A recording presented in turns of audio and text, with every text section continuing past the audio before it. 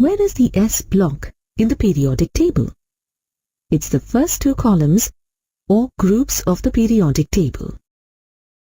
This region of the periodic table is sometimes referred to as the S block because all the outermost electrons of these elements will occupy the S orbital. There are two columns in the S block because an S orbital can hold a maximum of 2 electrons. The metals in group 1 include lithium, sodium, potassium, rubidium, cesium, and francium. Note that hydrogen is not included here, as it typically does not exhibit metallic behavior. Here are some interesting facts about the group 1 metals. Lithium is the most abundant member of the family. Francium is radioactive, and its longest-lived isotope has a half-life of only 21 minutes.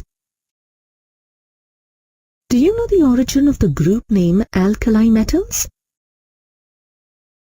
When group 1 metals react with water, they produce hydroxide OH ions. Hydroxide ions in water produce basic or alkaline solutions. In the presence of phenolphthalein, an indicator, the solution will turn pink as hydroxide ions formed react with phenolphthalein. Before we move on, let's review the electron configurations of the alkali metals. Lithium, with only 3 electrons, has a configuration of 1s2, 2s1. Sodium, with 11 electrons, has an electron configuration of 1s2, 2s2, 2p6, 3s1. Similarly, for potassium, the electron configuration is 1s2, 2s2, 2p6, 3s2, 3p6, 4s1. They all have something in common. All the electron configurations end as s1. This is emphasized when the electron configurations are written in noble gas notation. All the alkali metals have electron configurations that end as ns1, where N is the highest occupied principal energy level. With such similar electron configurations, it's no surprise that the alkali metals have some very similar physical and chemical properties. We'll explore these further as we go through the module. The group 1 metals are the most reactive metals known. In fact, they are so reactive that they are never found in their elemental state in nature, only in compounds. Since they all react with water, they must be stored under oil, as shown in the illustration. They will even react with water in the air. The alkali metals are all shiny and silvery in appearance. They are so soft that they can be cut with a table knife, which is often surprising to students. Like all metals, they are good conductors of both heat and electricity. As shown in the diagram, they will form a dull oxide layer on their outer surface when exposed to air. This layer can easily be cut away to reveal the shiny interior. Recall that the alkali metals all have electron configurations ending as s1. The single valence electron for each of these elements is relatively loosely attracted to the nucleus. If this sole valence electron is lost, then the resulting ion is isoelectronic with the preceding noble gas elements, that is, having the same number of electrons as the preceding noble gas. Thus, the typical ion formed by alkali metal is a cation with a charge of +1.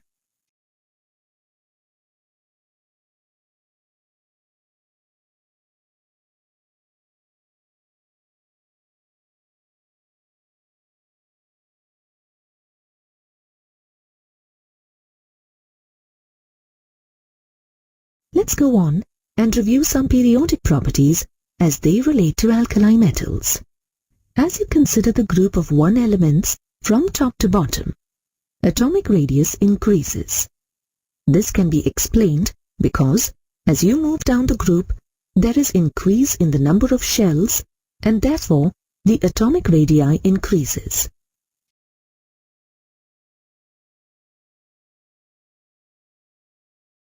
The cations that form are in all cases smaller than the parent atom. Since there are fewer electrons, there are fewer electron-electron repulsions, and so the radius is smaller for the cation. For essentially the same reasons as we discussed with atomic radius, the cation radii for the group 1 metals increase from the top to the bottom of the group. As shown in the graphic, moving from left to right across a period, the alkali metals have the largest atomic radius of any element in the period.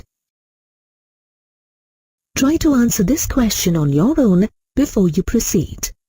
Where in the periodic table would you expect to find elements with the largest atomic radii? The largest atoms are found in the lower left-hand corner of the periodic table: cesium and francium. Recall that ionization energy is defined as the energy required to remove the outermost electron from an isolated gas phase atom. Since the valence electrons are significantly shielded from the nuclear charge, the ionization energies of the alkali metals are relatively low. In general, ionization energies decrease down a column, and the alkali metals are no exception, as shown in the graph. Enthalpy of solvation, or hydration energy, is the amount of energy released or absorbed when 1 mole of an ion is dissolved in a large amount of water. In general, as the ionic radii get larger, hydration energy decreases, and so the enthalpy of hydration decreases from lithium to cesium. One result is that lithium salts, unlike the salts of the other alkali metals, often form hydrates such as lithium chloride dihydrate. How can we test for the presence of alkali metals in a particular sample? One simple and qualitative test is the flame test. If a small amount of a metal salt is held in a flame, characteristic color changes can be observed due to the movement of electrons. Electrons get excited to higher energy levels from the heat of the flame and emit energy as light as they return to their ground state.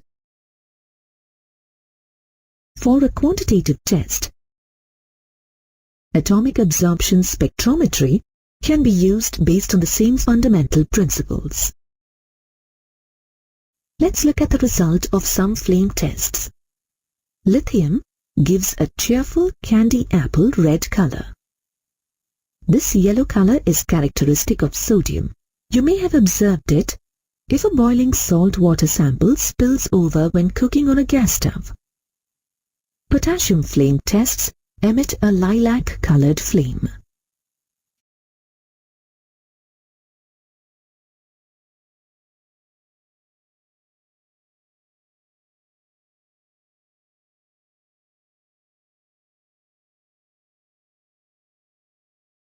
Let's apply our knowledge to a problem. An explosion occurred in a chemical storage tank at Acme Chemical Company. An employee, while filing a claim for workers' compensation for injuries, states that the potassium nitrate being stored in the tank must have been responsible for the green flames he observed. Is the employee being truthful? We just learned that the presence of potassium gives a lilac flame. Therefore, we must conclude that the employee is not being truthful. Let's discuss some chemical properties of the alkali metals, starting with their reactions with oxygen. They all react vigorously with oxygen.